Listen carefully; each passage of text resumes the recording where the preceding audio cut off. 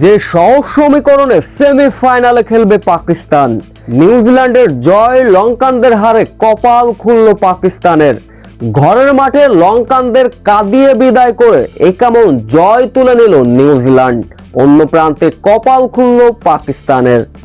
কঠিন সমীকরণের সামনে দাঁড়িয়ে নিউজিল্যান্ড শ্রীলঙ্কা।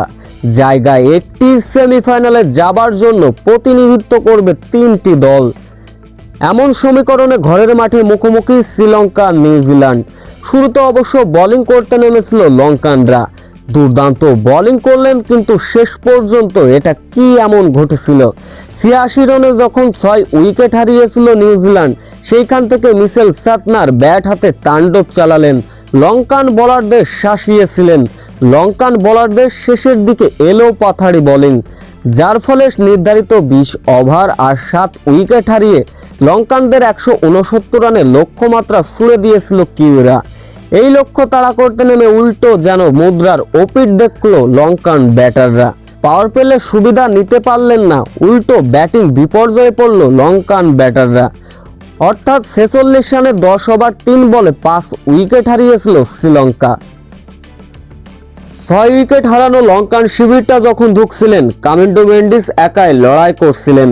তবে সাতনারের বলে শেষ রক্ষা হলো না লঙ্কানদের। ৩১ রানে ফিরলেন কামিন্ডো মেন্ডিস। এরপরে নিউজিল্যান্ডের নিয়ন্ত্রিত বোলিংয়ের কাছে রীতিমতো ধুঁকতে থাকে অসহায় ছিল লঙ্কানরা। শেষ ৫ ওভারে জয়ের জন্য প্রয়োজন ছিল ৯২ রান, রান রেট প্রায় ২০-এরও কাছাকাছি। নিউজিল্যান্ডের কাছে বড় লজ্জায় ডুবে হেরে এবারের বিশ্বকাপ থেকে বিদায় নিল লঙ্কানরা। এদিকে যে সমীকরণে লঙ্কানদের হার, নিউজিল্যান্ডের জয়ে কপাল খুলল পাকিস্তানের। সুযোগ মিলল সেমিফাইনালের জন্য পাকিস্তানের। বিশ্বকাপের মঞ্চে ইতিমধ্যে সেমিফাইনাল নিশ্চিত করে ফেলেছে ইংল্যান্ড ২ ম্যাচে ৪ পয়েন্ট নিয়ে। অন্য প্রান্তে নিউজিল্যান্ড ২ ম্যাচের ভিতর ১ ড্র ১ জয়, পয়েন্ট হচ্ছে ৩। ব্যাস, এতে করেই কপাল খুলল পাকিস্তানের।